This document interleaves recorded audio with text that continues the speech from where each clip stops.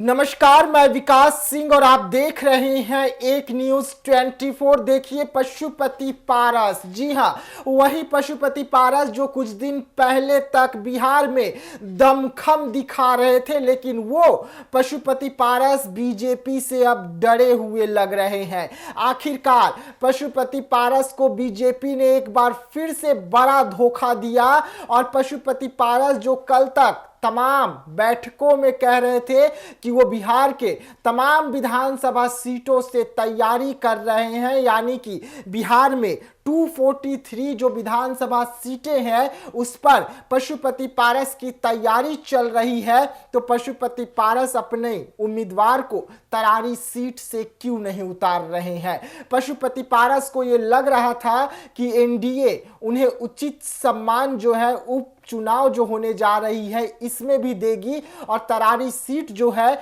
वो पशुपति पारस के खेमे में आएगी, लेकिन ऐसा नहीं होता है। बीते दिनों ही तरारी सीट से बीजेपी ने अपना उम्मीदवार को उतारते हुए पशुपति पारस को बड़ा झटका दिया, जिसके बाद अब सवाल उठने लग गए कि क्या पशुपति पारस को लगातार बीजेपी जो झटके पर झटका दे रही है उसके बाद भी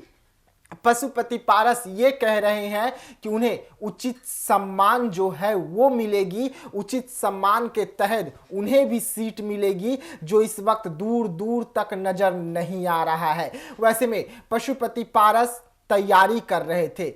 बिहार के तमाम विधानसभा सीटों से उम्मीदवार को उतारने की तैयारी कर रहे थे। वो तैयारी इस वक्त पशुपति पारस की कहां गई वो धरातल पर नजर नहीं आ रही है। वैसे में क्या पशुपति पारस बीजेपी के एक्शन से डरे हुए हैं? क्या पशुपति पारस को अब भी ये लग रहा है कि पशुपति पारस को कोई बड़ा पद दिया जा सकता है और यही कारण है कि राष्ट्रीय लोक जनशक्ति पार्टी खामोश है और बीजेपी के खिलाफ कोई कदम नहीं उठा पा रही है और लगातार एनडीए का हिस्सा बनकर चल रही है। लेकिन इस वक्त देखिए चुनाव की तैयारी तमाम पार्टियां कर रही है। पशुपति पारस भी कह रहे थे कि वो भी चुनाव की तैयारी कर रहे हैं, तमाम सीटों से कर रहे हैं, लेकिन उपचुनाव बिहार में होने जा रहा है और पशुपति पारस को उपचुनाव में एक भी सीट नहीं दिया गया, जिससे पशुपति पारस की पार्टी खामोश नजर आ रही है।